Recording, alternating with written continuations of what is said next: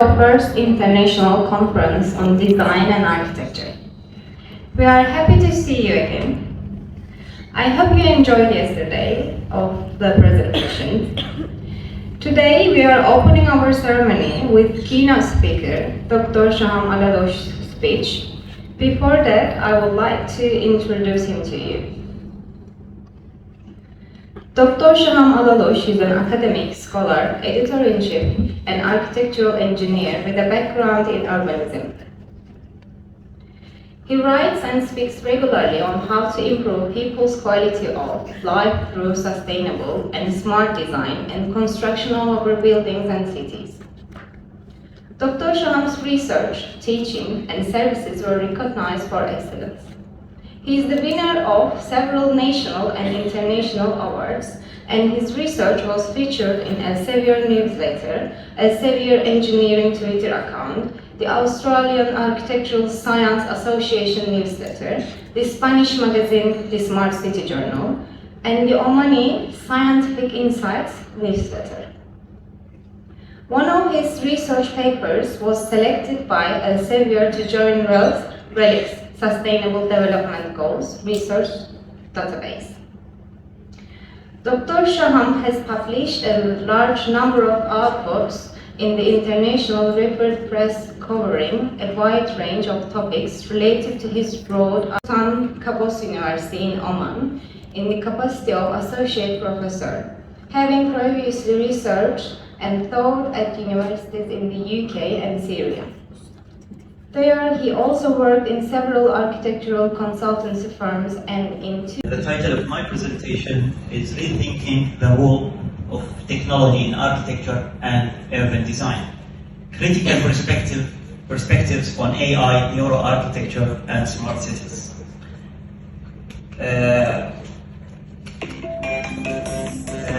As I was introduced, I'm Associate Professor at Sultan Qaboos University, and also I am the co-editor-in-chief of Open House International, working with Professor Yonca, from whom I've learned a lot. She has been an excellent mentor during my experience in Open House International. And she honored us to be with us today. Thank you very much.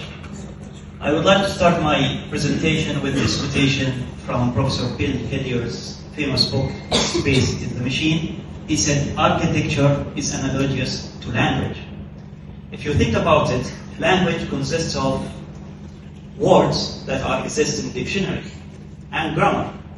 But if you take words from the dictionary, combine them in a grammatically correct sentence, the sentence might mean nothing to the people unless you involve the people in forming that sentences. For example, if you mention something related to Cyprus to me in a correct sentence, language sentence, I might not understand its value because it's not related to me directly. So is architecture. Architecture consists of language, elements that we all know, spaces, walls, windows, etc., and grammar, which we teach our students in architecture theory, design theory actually, unity, harmony, etc. But if you put these elements together and using these rules of design, the architecture might mean nothing to people unless you involve the people. So at the end of the day, architecture should get people on board during the design process. And this actually forms the motto of all the design, of all the research I do. I believe that a building or a city is not sustainable unless it's seen as such by its inhabitants.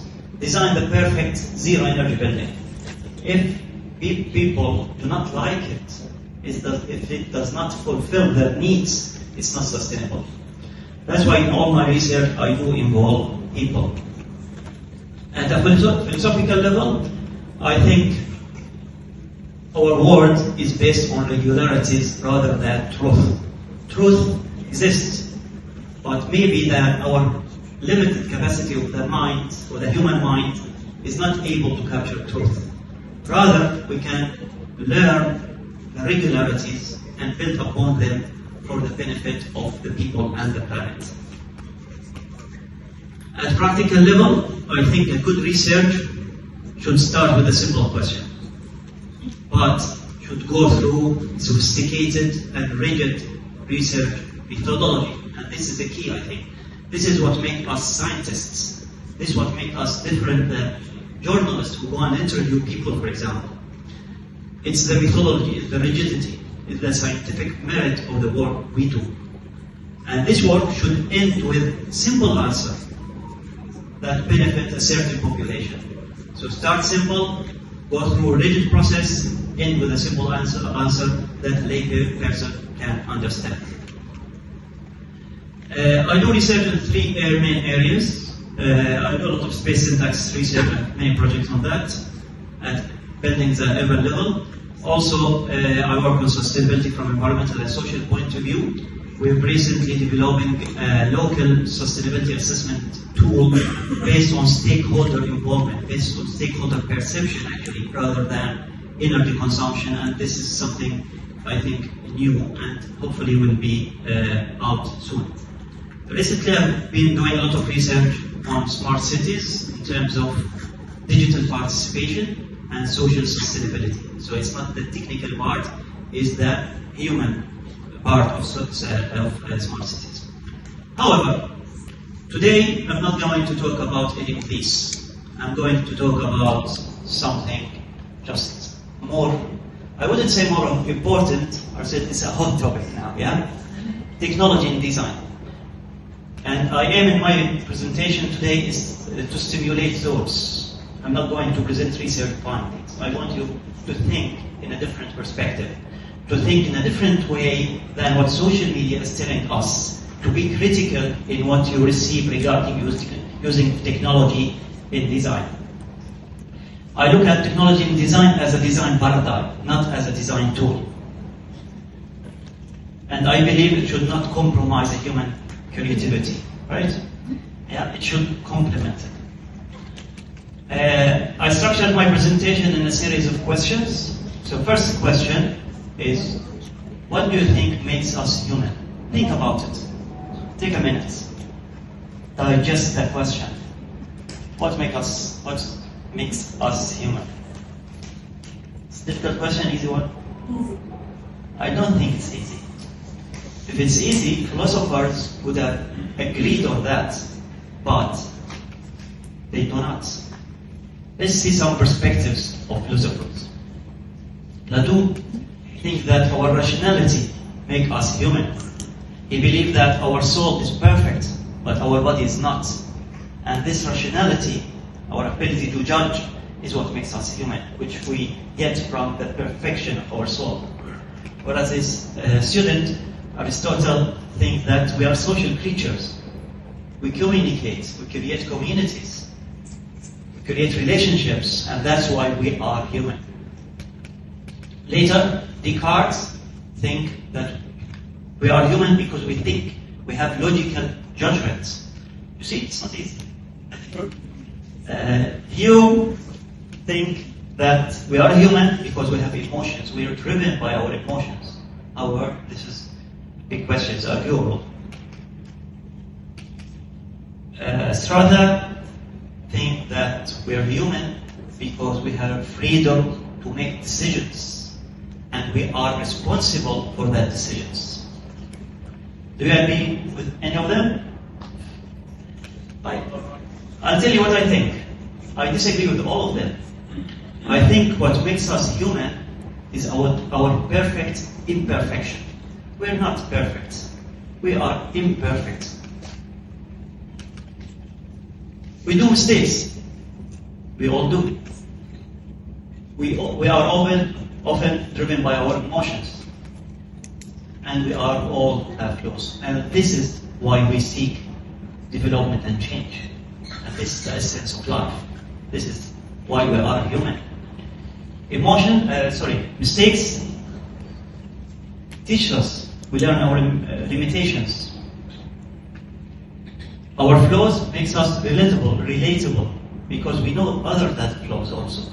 So we relate to each other. We build relation based on this depth of connection. Our emotions make us compassionate, make us empathy with others. We help others. And all of this accumulates for our growth and change. So our imperfection is what makes us human. And what makes us unique. And this is what makes life worth living also. Salvador Dali put this in a very beautiful quotation. He said, have no fear of perfection. You will never reach it. You are imperfect. Accept that. So we'll move to the next question. How is our imperfection reflected in architecture and design? Think of iconic buildings through history. All of them are imperfect. All of them have flaws. And actually these flaws make them unique, make them help us, it promotes us, I would say, to tell a story about them, right? So imperfection related to design in several ways. It makes the design related to us in a deeper way. It gives the design a sense of character and uniqueness. It triggers our curiosity about the building. If you have something perfect from every side, it loses its soul. If you lose interest, it doesn't trigger your imagination. Next question. What could happen if we delegate the design to our built environment, to technology? If technology learned about us and managed to design that perfect building for us, and we lose that touch of imperfection, what will happen? Do you think that's a good thing? Matrix, yeah? You know the movie, of course. First of all, I think technology evolves. It never stops. It's like this cat. When you learn something, something comes up. You learn software, another software appears. You learn a technology, a technique, something comes up. We're always under stress because of technology. We always feel that we are behind. I think most of us relate to this. Facebook, then Instagram, then Snapchat, then LinkedIn, it never ends. In architecture, we started with CAD, BIM, parametric, grasshopper, now we have 3D printing, now AI, it never ends. So can we rely on technology? I think we need to be very careful of that. If technology manage to learn about our emotions through neuro-architecture and link this information to smart cities with spatial sensors, and then we have AI applications like Midjourney designing our buildings based on the emotions, on their knowledge of our emotions and the information, the large data they get from smart cities. What will happen? Our cities and buildings will be perfect and they will be controlled with this technology. We use the imperfection in our built environment. And believe me, we don't want our built environment to be perfect. We want it to be human, like us. We want it to be related to us. So should we then abandon technology, leave technology, not use it? Of course, no. Of course, no. Technology is coming. No way. This is the only and constant lesson that we learn from history. It's coming, whether we like it or not. And we are already dependent on technology. Already. And it has many advantages, productivity, survival, etc. All of us know this advantage. So we should not abandon technology. Norman Foster said, the use of technology in architecture is an essential part of the future of the profession. It is, and is still. Frank Gehry said, technology should not be the driving force behind architecture, but it can be a powerful tool, and again, a powerful tool to help us achieve our goals. And our goals should be people's quality of life, not the perfect building. So what we should do? We should embrace technology, use it in a mindful way. We think while we are using it and when we are using it. Using it in a responsible way, just for ethical issues, for good cause. We should be aware also about its potential dangers. We should use it to aid the design, not replace the designer. We use it to enhance creativity, not to create creativity. And we use it to improve people's quality of life. And we should regulate technology. We should not leave it loose, open to everyone to produce and use. It should be regulated. So, how can we use technology in architecture and urban design in a sensible, effective way? I'm going to present 3 case studies from my work, my students' work, where we use technology, and I think I'll get your views out of it. First, AI, artificial intelligence, is what everyone is talking about now, no? ChatGPT, Midjourney, etc. This is a tweet for Elon Musk just a week ago. The tweet says, AI is coming. It's like roller coaster. When you get into it, there is no way to get out. But when you go and come back, you'll not be happy. There are consequences. Yeah, and that's Elon Musk. He knows what he's saying. And this is an interview for him just a week ago also. I'm really quite close to, I'm very close to the cutting edge in AI, and it scares the hell out of me. And so therefore there needs to be a public body that has insight and then oversight on to confirm that everyone is developing AI safely. I think the danger of AI is much greater than the danger of nuclear weapons. And nobody would suggest that allow anyone to just build nuclear warheads if they want. That would be insane. And mark my words, AI is far more dangerous than nukes. That's a serious statement.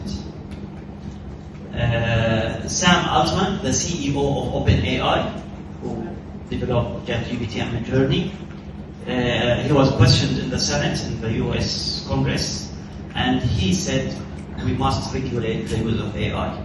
AI can alter people's beliefs. It can alter what we think is correct and what we think is wrong. It can alter what we think is a good architecture and what we think is a bad architecture. Our students now are using Midjourney and DALL-E frequently. And the image they get is really visually impressive. But this doesn't mean it's architecture. But as a consequence, their way of thinking about architecture is changing. And we're losing control of this actually as academicians. Midjourney or AI, cannot answer this question. Yeah, this is a famous, it's in Twitter everywhere. Yeah, we do. This is the judgment that AI cannot answer. AI, infinity plus infinity, he cannot answer this question. But we can, we are the problem solver. We solve problems, we find a solution for problems.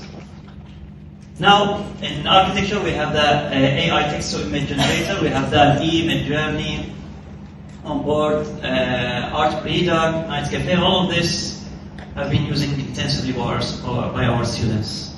And for those who are not aware of what text-to-image generator AI, it's an application, it's a website usually. You input text, they generate images.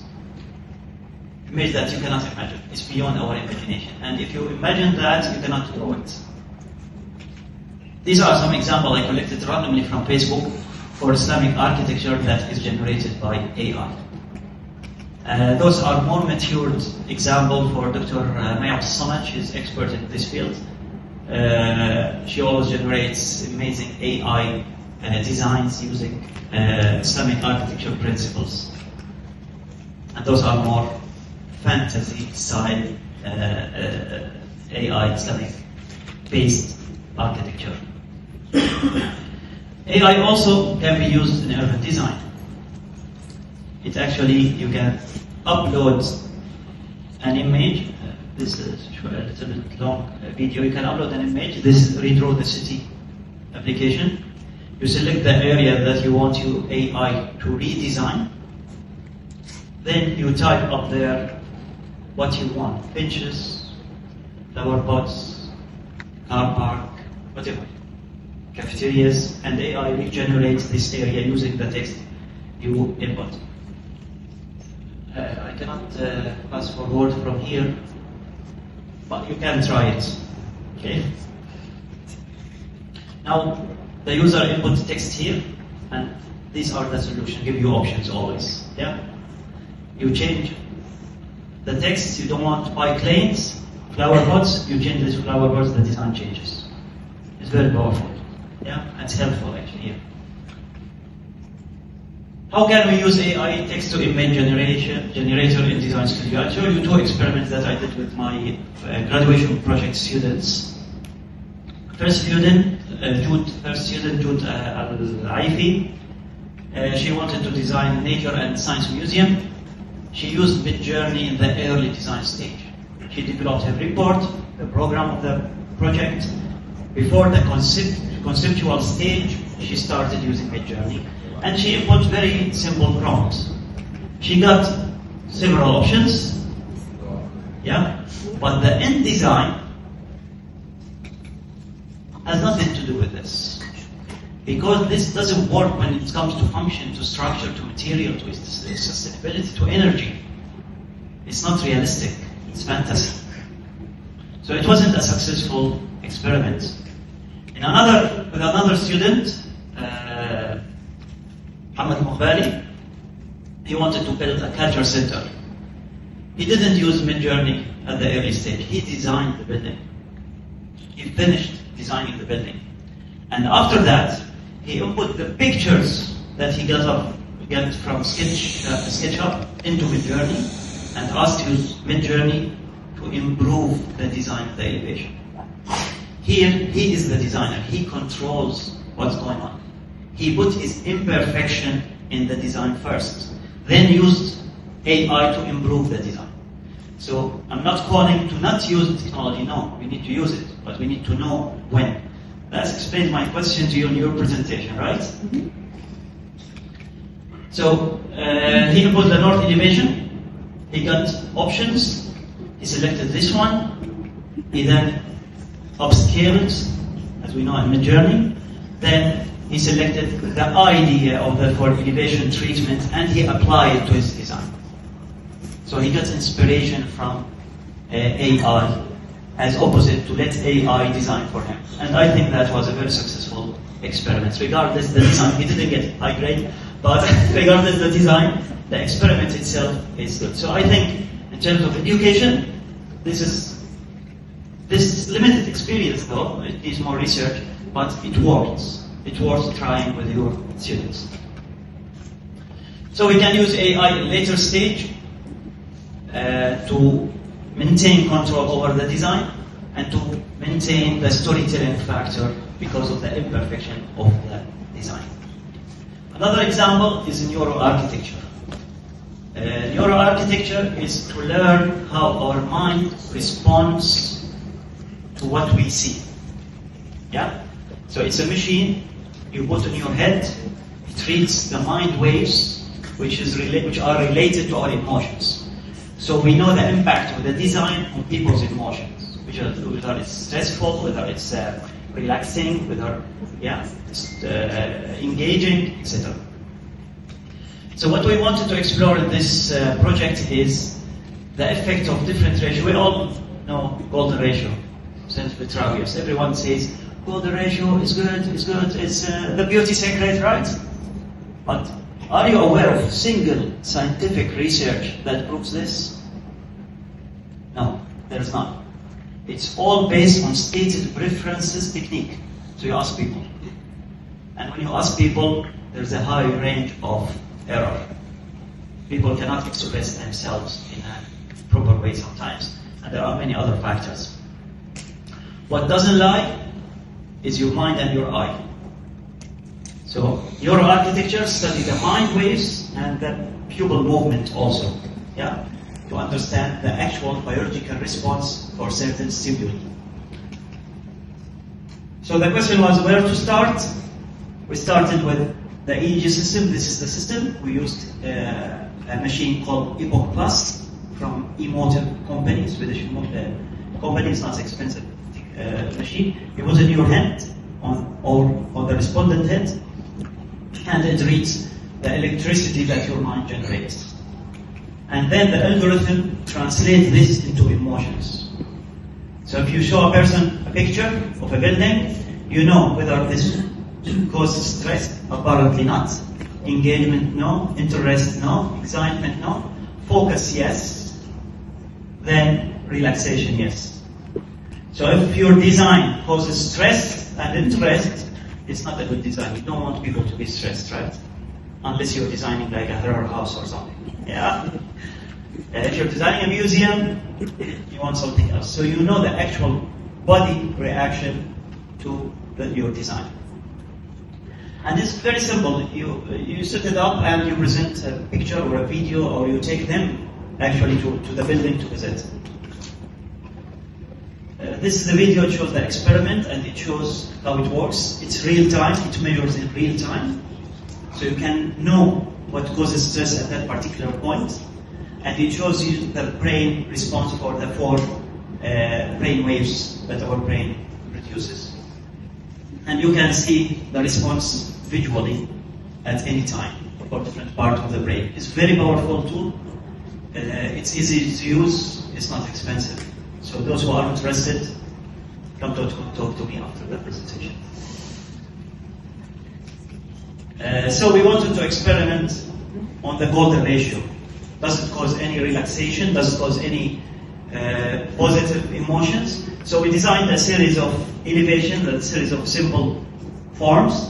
Some of them uses golden ratio, some of them does not use golden ratio, like control case, yeah.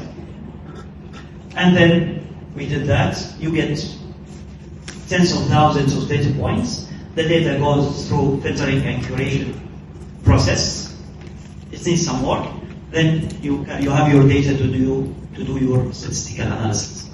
You can do your regressions, you can do your correlations, you can do your t-test, ANOVAs, any type of statistics, depends on your research goal. In our case, we wanted to see for engagement, for example, if there were significant differences between golden ratio design and non-golden ratio design, and for other factors. And surprisingly, we haven't published this research yet. I hope in the summer I'll be able to publish it. Surprisingly, golden ratio did not cause any difference, significant differences in any emotion. It's a neutral. And that was surprising for me. And we used 35 cases with a large sample of respondents. So don't take everything for granted. Yeah, everything is questionable. Then smart cities. Smart cities, we approach smart cities from the soft part of smart cities. First, we wanted to learn what smart city is. So we developed a model based on the literature of the components of smart cities. And then we decided to focus on smart people. Yeah, this is what we do. We focus on people. And then we traced the development of smart cities. Sorry for the color, but it's not the core of the slide. The core of the slide is not coming. Yeah. We found that before 1960, smart city was focusing on ICT, information communication technology. So that it was technology oriented. But after that, most of the research suggests that smart city should focus on people, should be people oriented. And this is what we did. We created a hierarchy of smart city dimensions and smart city components, what makes a smart city in terms of dimension and components, and where the participation sits. And we find that digital participatory planning is a major component of smart cities. And this is where social sustainability comes into play. So smart city is not only about energy. It's more importantly, I would say, it's about social sustainability, not environmental sustainability. And this is the missing component in many research nowadays. People are so focused on the physical aspects of the built environment, and they forget that we are designing building and city for people, not for spaces, empty spaces. Yeah.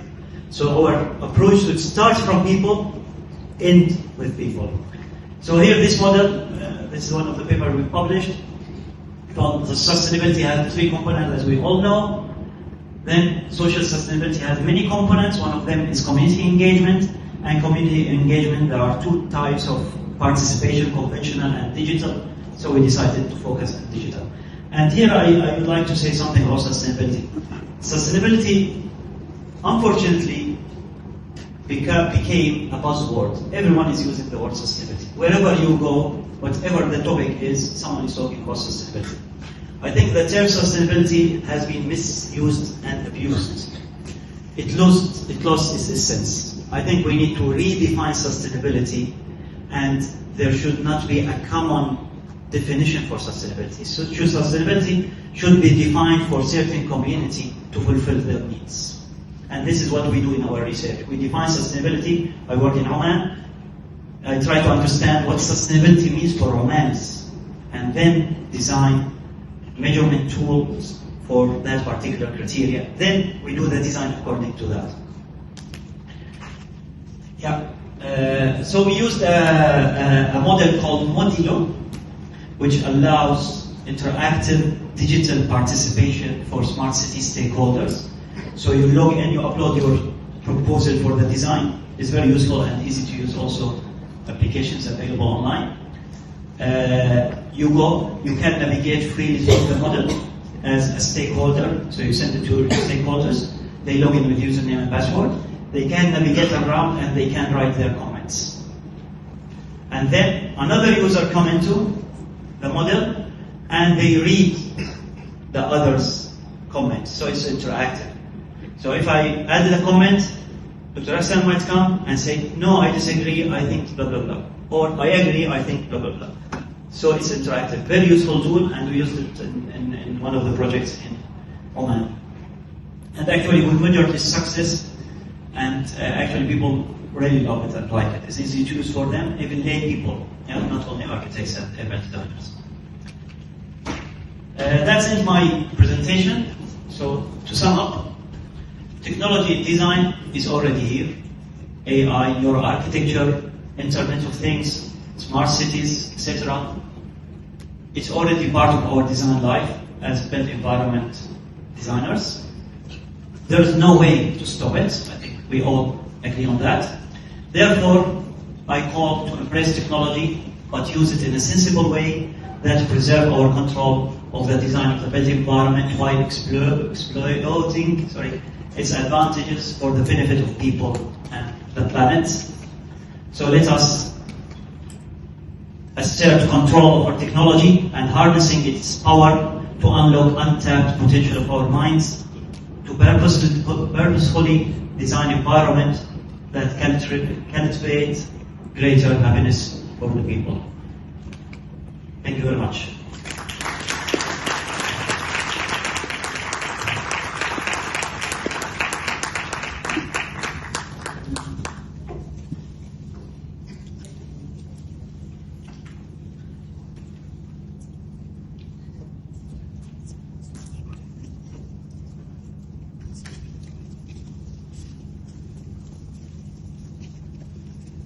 We thank Dr. Alalouch for his opening speech, and invite Dean of our faculty, Professor Dr. Ersin Tatar, to stage to give her plaque.